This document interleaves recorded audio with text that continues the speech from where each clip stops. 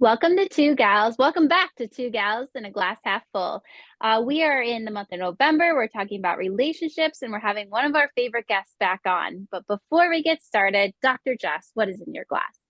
So this evening I've moved on to just straight water. So I'm working on, I really need to finish one more of these and then I'll feel good for the day. Dr. Bobbie, what's in your glass?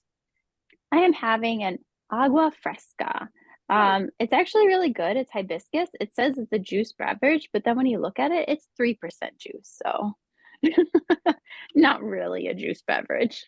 yeah. So with us today, we have Dorie Hansen. She is a licensed mental health counselor. And before we go into any more explanation on her, Dorie, what's in your glass? I also have water today because this is the end of a work day for me. And so I'm definitely a little dehydrated and I can feel that. So I'm trying to catch up at the end of the day. Perfect. So Dorie, tell us a little bit about you.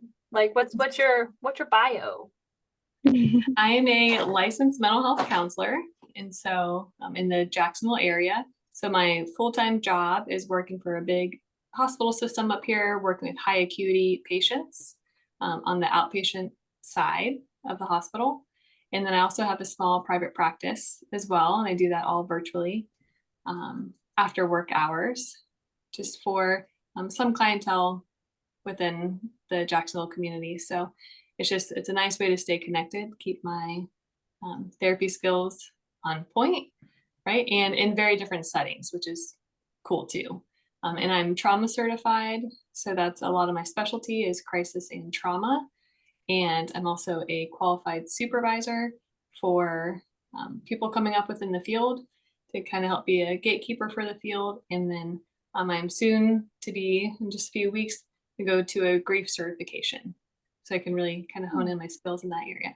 So anything high acuity, really kind of pressing immediate needs are what I specialize in. I love that. That's awesome.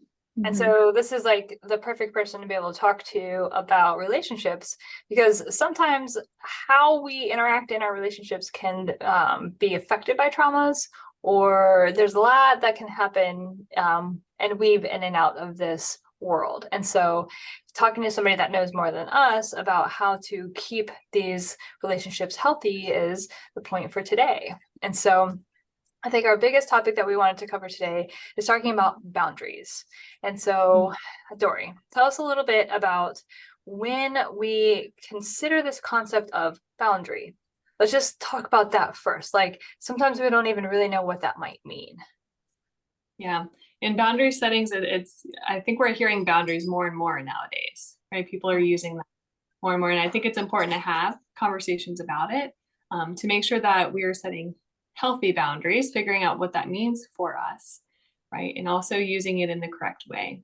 We've seen it recently on the news, how boundaries can be perceived differently for different people. And I think it's important for us to all be able to identify what a boundary actually is for us, because it might look a little different for me than it will from you, than it will from Dr. Bobbie. So I think of boundaries as really limit settings, learning a lot about ourselves, and then figuring out how we can speak from my internal perspective about what my needs are in any given situation. Mhm. And so strategies for that, right? So one, how do I even determine what my internal needs might be? Right? Like that's kind of hard sometimes to kind of come into like, I don't necessarily know that. Yep, absolutely. So a great way to start is, and we're talking about relationships kind of specifically today, and Right. relationships, of course, can be romantic relationships with a romantic partner. That can also be friendships, that can be family relationships, co-workers, relationships is really kind of widespread. I think one way of realizing when we don't have healthy boundaries in a relationship is if there's a certain individual that you interact with all the time and you leave feeling frustrated, or you notice that your mood starts changing every time that you've interacted with someone, or any certain situation that you might be put in, and you leave kind of in a worse mood than when you started. right? That might be kind of a warning sign for us that a boundary is being crossed that we might not even realize in the moment. And so I'd say we start by kind of identifying our patterns.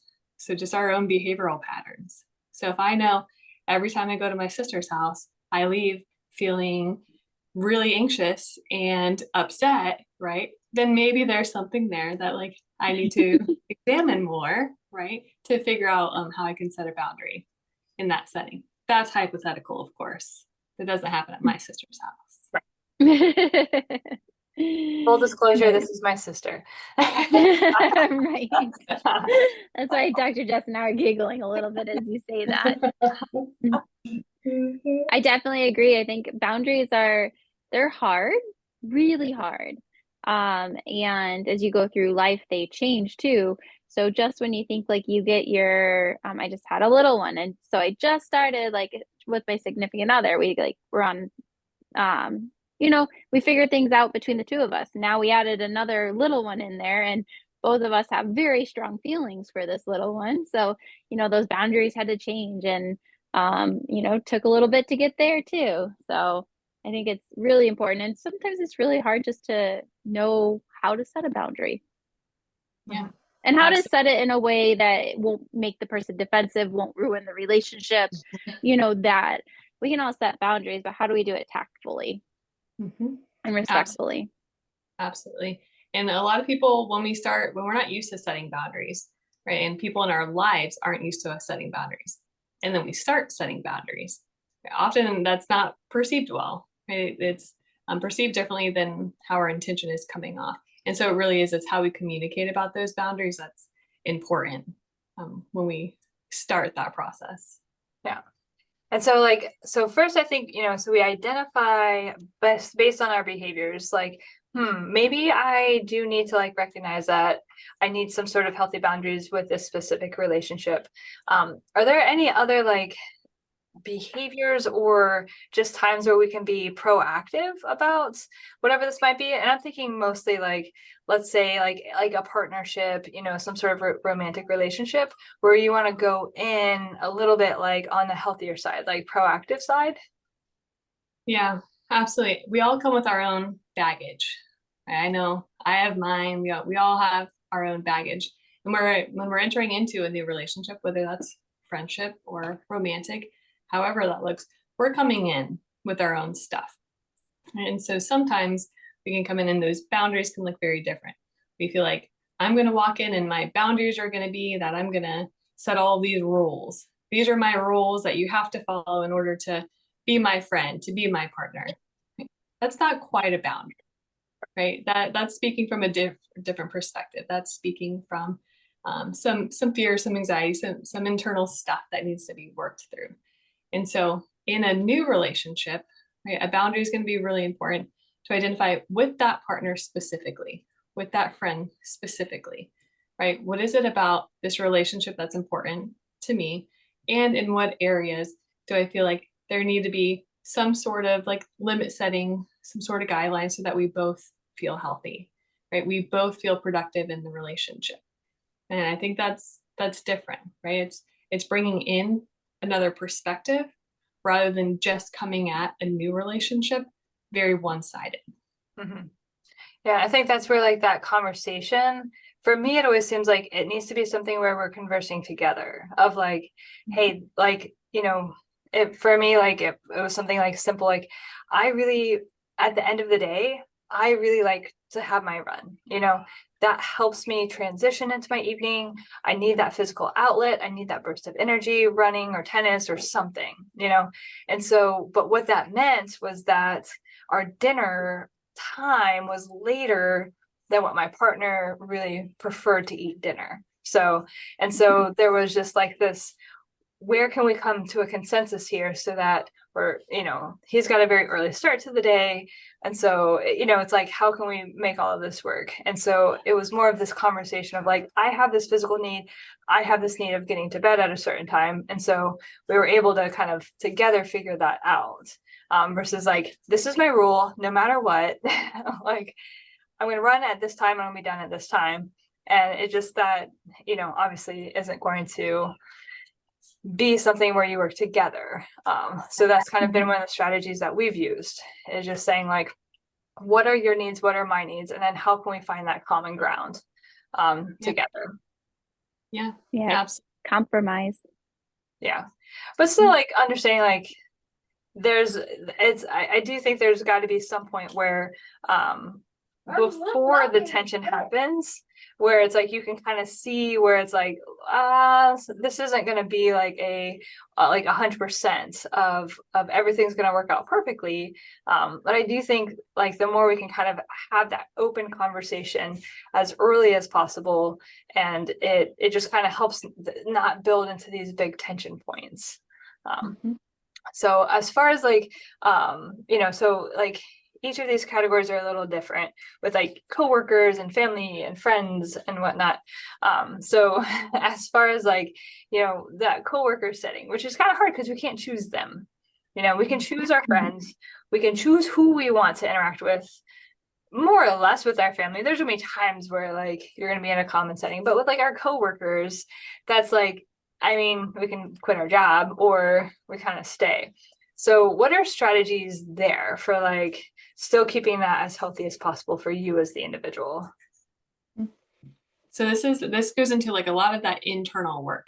And so another way that boundaries can be set are boundaries that we make for ourselves, right? So these can be internal boundaries that no one even knows about. Right? I get this feedback all the time from patients of, if I tell my coworker that I need them to stop doing X, Y, and Z, right, that's going to cause a fight.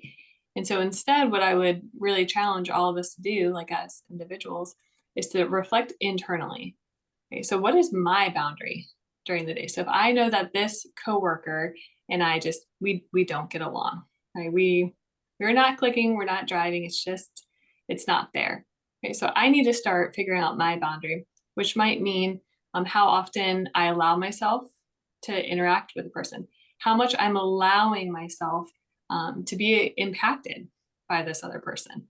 Okay, so if I know that every single day I go into work and I get pissed off when Susie comes in, right? At some point, that's on me, right? I have to start really setting a boundary with myself and saying, why am I giving Susie so much power? Why is Susie taking this from me when Susie might not even be needing to take it from me, but I'm allowing myself to give that up. So a boundary for myself might be, I know I'm going to see Susie today, right? This is what I'm allowing myself to do. I'm allowing myself to say hi in the morning, say hi in the afternoon, check in midday, right? And that's it. That's my boundary. Right? If I notice myself being impacted any further, I need to check in with myself. I need to set my own boundary of taking a step back, right? And saying, what do I need to bring it in right here, right now? Right? We can have those internal boundaries. I think sometimes boundaries with coworkers can be the hardest because you can't change them. And you ultimately, it's not like family. So it's just a different relationship, I find for me personally, when I am, well, now I'm in my own clinic, I'm by myself. I still have to like call people and everything, but what I do is I always like first I just try to like confront them in the healthy way of like, hey, I'm feeling this, going this. And then if it doesn't work, just like you said, limiting that contact or finding ways to minimize the interaction and also preparing myself mentally. Take that deep breath, take that pause, hi, move on, let my brain focus on something else that's a little healthier instead of getting so worked up inside. And Absolutely. sometimes it's just accepting who the person is, like, and just accept instead of trying to change them or try hoping they'll change, things like that. It's just accepting that's who they are. Okay, well, that just means I'm going to work with them, but I'm not going to be close. We're not going to be friends. We'll be civil and move on. Yeah, absolutely. Acceptance. It's a big thing we work on in therapy. And by accepting a lot of different situations, we're not giving away our power. I work from an empowerment standpoint in my therapeutic practice. And it's when we react to others, right, in negative ways, we're giving away our power. Right? We're not retaining that. We need that power. We need that to go home and be with our partners and to make it back to work the next day and to interact with our kids and our friends. And we deserve to retain that power. So we can accept who others are, makes it a whole lot easier to interact with them overall. Absolutely. And I think I like that empowerment standpoint, because really we can only control how we respond. That's it. We can't control what somebody else's do. We can't predict what they're going to do, and we can't take their power away. And so that's all we can do. And the more that we realize that I think it does make it tolerable. When it's a situation that's frustrating, it's okay. We don't have to be best friends. We can coexist, and that's okay. And that's where learning what is somebody that I will put my trust into, that I will put my energy into, and that I really want to develop more of a relationship with, versus somebody that's purely going to be an acquaintance and that's it. And that's okay. It's okay to have acquaintances in your life that are people that are going to stick around for the long term. They're not going to be there through all the phases of life with you. They're going to be there for this part, and then you're going to move on, they're going to move on, and then you keep on moving. And so I think that's something that I think I didn't, especially when I was younger and in school, you don't always think of it that way. You don't think you're all in this space together and you're oh, we're all friends, but really most of them are acquaintances. There's a few that you really put your trust into, and those are the ones that you kind of stay in contact with, and they kind of help you form your being, your belief system in yourself, in the world around you, and you kind of grow off of each other, and that's the healthy part of relationships, because you really do need acquaintances that are turned into friends or partners or whatever that might be, for your own development and feeling confident in yourself. So it's kind of discerning between those can be difficult for sure. Do you have recommendations for friends and trying to really understand, recognize when somebody is a friend that is somebody that you're kind of growing together, versus maybe some of those friendships that aren't as healthy? And I think that's where, a lot of boundaries come in, even with friendships. So especially in friendships, we have so many different dynamics. I can think of one of my sets of closest girlfriends. All four of us are completely different in every single way. I mean, every single way, right? But together, the four of us, it's awesome, right? It works, but we have such different personalities. And I think developing that over time, it took boundaries, right? So it took kind of back to that acceptance point, Dr. Bobbie, where it's accepting each other for who we are. And is this person that's entering into my life, can I accept them, right? Is this someone that I can accept as they are? Is this someone that I can accept into my life, right? And if I can, what boundaries do I need to set to make that priority? So that could be how often we see each other. That could be how often we talk on the phone. That could be certain topics, right? We can set a lot of boundaries with topics. We see that nowadays especially, right? And that can be really important for developing friendships. So we don't allow who could turn from an acquaintance to a friendship, right? Something that we feel could really be beneficial in our lives. We don't allow that to slip away because of a very specific topic that we cannot come together on. Our boundary can be very clearly set with friendships. Hey, whenever we start talking about X, Y, and Z, Geronimo, right? Just say, nope, that's our out, right? We can have a code word or pickle, right? Whatever that means, hey, pickle, nope, not going there. That can be our boundary, so we can develop those friendships further. If this is someone that we feel can really be beneficial in our life, we have to base that off of the different personalities and the different aspects that we all bring to a friendship. And someone that is worth being a friend is going to respect that. When you use that code word, they're going to respect that instead of just trying to add fuel to the fire and make their point. They'll kind of step back from there and be okay, yep, and change the subject. Absolutely. Yeah. Well, Dorie, we really appreciate your expertise in this area and sharing that knowledge with us.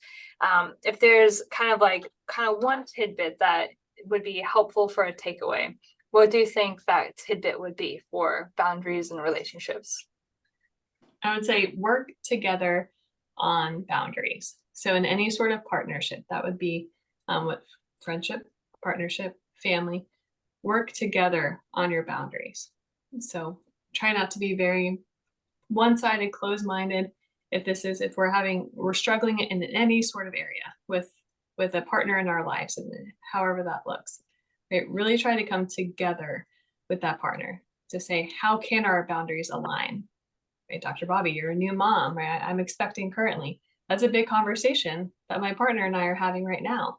Is our boundaries as kind of single, independent, but married people, right, is very different from a couple and partners and having a baby together, right? That is a huge difference. And so our boundaries are kind of changing. Our boundaries and the way that we live our life, who we spend time with, what we spend money on, right? These are all changing. These are all changing. So when you have someone significant in your life, whoever that may be, I'd really encourage you to come together. Say, hey, what are our boundaries as a partnership, as a couple, in any sort of way? That coming together, I think, is important, and it's a piece that we don't really pay attention to as much as we do our own personal individual boundaries. I think that's great. Very important, right? Is the other person. So being able to consider theirs with yours, I think, is really the only way that you can actually have a sustainable solution. Yeah. Interesting. Thinking about others. So hard. Yeah. Awesome. Well, stay tuned next week. We'll stay in the month of relationships for the month of November. And then in December, we'll be moving on to goal setting. So it was lovely talking with you, Dorie, and thank you so much for coming on. All right. Thank you, Dorie. Thank you for listening to the episode today. If you would like to learn more about how Two Gals can support you, then join our Two Gals Insiders membership, which can be found at www.2-gals.com. Also, don't forget, follow us on social media. We're on Facebook as well as Instagram. Okay, everybody. Bye. Enjoy your week.